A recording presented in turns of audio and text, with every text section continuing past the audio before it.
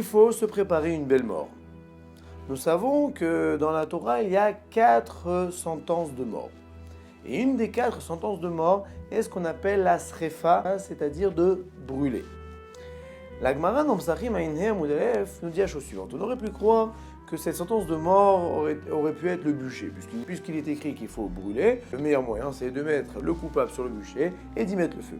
Mais la Gemara dit une généralité intéressante qui dit « Vehavta lirecha kamocha » tu aimeras ton prochain comme toi-même. Et de la même manière que toi, tu n'aurais pas voulu mourir dans d'affreuses souffrances, alors pareil, tu dois essayer au maximum de ne pas faire souffrir l'autre. Donc si la Torah t'a dit qu'il faut faire une srefa, qu'il faut se servir du feu pour punir le coupable, il faut chercher la mort qui fait le moins de souffrance. Et donc les Chachamim ont compris qu'il fallait en fait prendre du plomb, le faire fondre et faire boire au coupable ce plomb bouillant afin qu'il soit brûlé de l'intérieur et que ça abrège ses souffrances.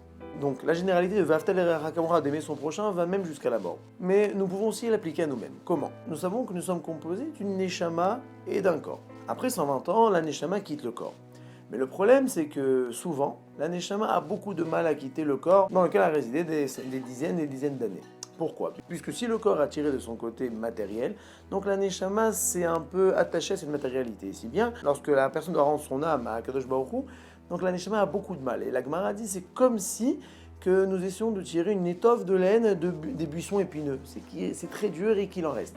Par contre, les tzadikim, lorsqu'ils doivent rendre leur âme, la Gemara nous dit c'est comme un cheveu sur la soupe. Il suffit juste de prendre le cheveu et il n'y a pas trop de dégâts. Pourquoi ? Puisque le corps lui-même a servi l'âme pendant toute sa vie et est devenu lui-même un peu spirituel. Donc l'âme a beaucoup moins de mal à se détacher. Par conséquent, si nous voulons nous préparer une bonne mort et ne pas souffrir, et ne pas faire souffrir notre neshama à la fin de notre vie, nous devons nous préparer et faire en sorte que notre corps ne tire pas de son côté matériel la neshama, mais à l'inverse. Il faut que la neshama tire le corps de son côté et de rechercher les plaisirs spirituels, puisque comme nous le dit la parabole, lorsqu'une personne recherche des plaisirs matériels, c'est comme si c'était une reine qui va chez un pauvre et le pauvre essaye tout ce qu'il peut pour contenter la reine. Il ne pourra jamais réussir pareil. La neshama est très très très haute. Et on peut avoir tous les plaisirs matériels, on n'aura jamais une satisfaction à 100%. Ce n'est que les plaisirs spirituels qui nous pourront donner 100% de satisfaction.